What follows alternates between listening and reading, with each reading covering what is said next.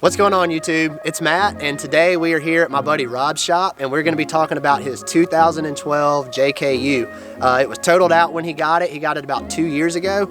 He straightened the frame, completely rebuilt it, and built it better than stock, and now it's ready for the trails. So he's going to give us a little walk around and show us what all he did.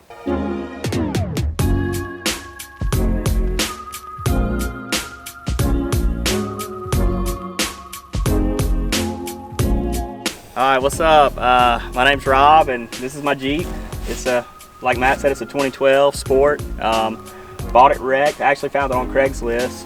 I had a two-door before that I bought salvage, and had it for about 10 years, and it worked out well. I got a good deal on it, and so I was kind of looking for something like that again after my wife and I, we had our little girl. I started looking around for a four-door and found it on Craigslist. A guy buys and sells Jeeps, and he had bought this one and it was repairable, so he had it up for sale, and had a little bit of front end damage on the front. It's kind of hard to tell, so I showed a buddy of mine some pictures of it, and we looked at it, and he kind of analyzed it. He does body work, and he said, man, I think we can fix it. So I went and looked at it. It looked good, and it drove good, it had low miles, and the airbags weren't deployed on it, and so yeah, I met him in Memphis, and picked it up and brought it back, and we started working on it. We brought it to my buddy's body shop, and kind of tinkered with it here and there, and the frame ended up being bent on it just a little bit. It was out of square, so we got that straightened and had to put a hood on it, had to put a grill on it, and just a lot of small parts. So once we got that fixed, we got it retitled, and then scavenged a bunch of parts from friends. I had some buddies that were upgrading, and bought some stuff used, bought some stuff new, and got it going.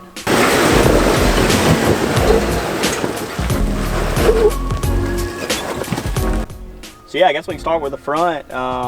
It has a Rubicon J8 housing in it, which is like a Rubicon housing, but it has thicker tubes that come on the military Jeeps that are made in Egypt. And so I basically bought a front and rear axle from a friend who had a Rubicon who was upgrading to Pro Rocks. And so the front housing was bent that I bought from him, but all the internals were good. So I bought that housing and swapped all the Rubicon parts in it. So it's got 488 gears and a stock E-locker. It's basically a stock Rubicon housing or axle that's beefed up a little bit. I went ahead and put a truss on the housing and basically put all the Rubicon internals in it. And then that same guy had a full Rock Crawler X Factor suspension kit, which is all arms, shocks, springs, everything, and it was just worn out. So I bought it from him also, and swapped he was upgrading and just putting all new stuff on his suspension, or on his Jeep. So I bought the whole kit, swapped out all the bushings and joints in the suspension, so basically freshened it up, like new, and then put it under the Jeep.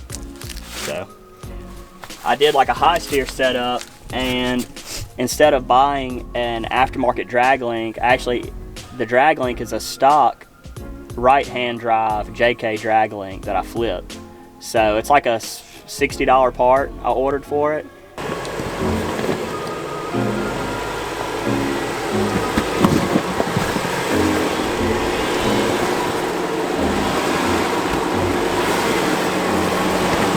Yeah, we've got a Moto-built front bumper up here, old worn 9000 that I rebuilt. The planetary it was full of dirt and grease or dirt and water from some past mudding trips. So went ahead and got that fixed and changed out, and have a new motor on the winch. These Warren winches, they just last forever. So I've had this winch for probably 10-15 years, and it's been gone into a couple of times.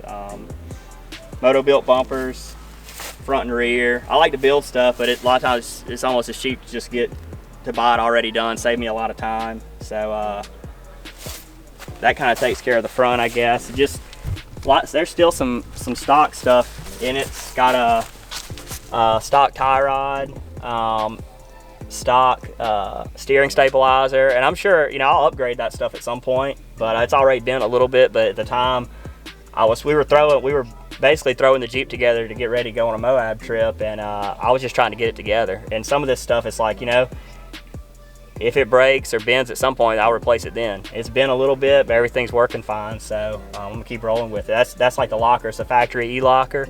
It operates like it should, and hadn't given me any problems. Stock shafts, which I don't do a lot of rock bouncing or anything with it, but if something breaks, I'll upgrade it then. If right now it works, and that's it. There it is.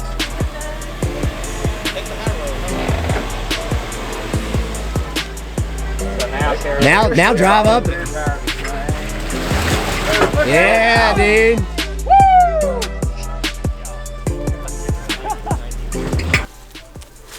So the rear is kind of a similar situation as the front. The rear suspension was part of the kit I got from one of my friends who was upgrading. So it's all for rock crawler arms, upper and lower, and rock crawler track bar. And I just put all new joints and freshened it up. New shocks. It's got a Rubicon rear axle in it. It came with the set I got from a friend. So stock Rubicon rear axle housing, 488 gears. It's got the stock locker, and does have aftermarket chroma. I think it's got 10 factory shafts, I believe, in it. And but it's kind of a cookie cutter JK. I mean, it's got a full suspension kit and Rubicon axles, but it just works. It's nothing too extreme or crazy. Just a full suspension kit and axles. Got the Dirty Life wheels, which they're like a dual, they call it a dual tech wheel. So right now this is a plastic rock ring on the outside, and if I want to convert it to bead locks later, I pull this ring off and the tire goes from the inside of the bead to the outside of the bead, and the bead lock ring clamps it down to turn it into a bead lock. So my wife actually got these for me for my birthday, which was awesome. And it was a little less expensive getting it with the rock rings on it. And if I want to upgrade later on, I can put a bead lock ring on it. So it's got some 37-inch trail grapplers. I had them on my red Jeep and really didn't have a reason to change. I mean, they've been awesome. They're a tough tire. They last a long time. I mean, I think they're perfect for a JK. On and off road, it's just a good tire.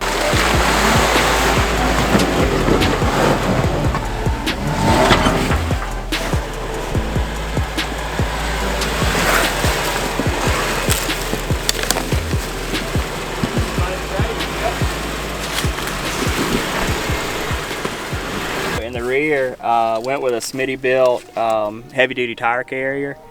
If you have a JK and you're gonna run 35s or 37s, I mean, you pretty much have to have something to beef up that tailgate, because it'll start creaking and bending before too long. And this was something I found on Facebook Marketplace. It was a good deal. Looked up the reviews and it was good on it, so I went ahead and decided to get it. And it's been good. It's taken a lick a couple of times. I had to readjust it once. But so far it's really held up well. So that's something you definitely want to consider if you're going to some big tires on a JK. Is got to do something with that spare tire. The whole process of building the Jeep, from when I bought the Jeep until it was finished, was close to a year. Well, actually no, it was about 8 months, because I bought it at the end of summer and we were getting ready for a trip to Moab in May, and we worked literally like right down to the wire. Like I actually didn't wire the lockers up until we got there, and we just were running out of time. And so yeah, and I had a lot of other things going on too. I wasn't working on it consistently, but it was a weekend here, weekend there, and then like a month before, it was like every weekend we were working on it to get it done. But yeah, it was probably 8 months or so is how long it took to build it, just kind of on and off. And I really didn't have time to test it before we left. We got it all put together, got an alignment done on it, and my wife drove it around town like the day before we left, said everything seemed fine. And the drive shafts, I have a set of 1350 shafts for it that I got used from somebody, and I didn't know it, but the front shaft was kind of worn out, the splines were. And so we get ready to leave. We're like 30 minutes down the road heading to Moab, and there's some vibration and it just didn't feel right. And so I pulled over at a gas station and felt the shaft where the splines were. It was super hot. So luckily I had the tools with me, took the drive shaft off, drove it to Moab, and when we got there, put it back on, and wheeled with it all week, and just took it back off for the drive home. And so, you know, considering that was the only thing that happened, really it went well, because the whole Jeep from the frame down got taken apart, and stuff was replaced. So, and it was all used parts. So, yeah, a lot of other things could have went wrong. I should have tried to finish it sooner than I did before we left, but that's just how it worked out. So, overall, you know, it's been good. I've only wheeled it a couple of times. It's a lot different than a two-door. I mean, when we were out west, everything was so open, it felt awesome and stable. It really didn't feel much different than a two-door, other than it was just way more stable. So it did really well out there. We ran a lot of hard trails. We ran Pritchett, and I mean, it felt good. I was like, man, this thing is nice. Next time we wheeled was up here in Alabama, and I was running into everything. It just felt so big and bulky compared to a two-door. So it's been a change. It's more difficult to, like, the two-door, you could get in a good spot for a good line easily. But it felt more unstable, whereas the four-door is super stable, but I have to kind of think ahead on the trail and try to figure out how to get into position to do the line that I want to do. So it's a lot of fun, just wheeling a different Jeep. It's an automatic. My other one was a standard, the two-door was, and I really liked the standard because I felt like I had a lot of control, where this one has like an assist, sort of, I don't know what you call it, I guess it's hill assist. So like it kind of holds itself on a hill, and I'm just not used to it. I'm not used to it doing something other than what I'm trying to tell it to do. So that's been a change as well.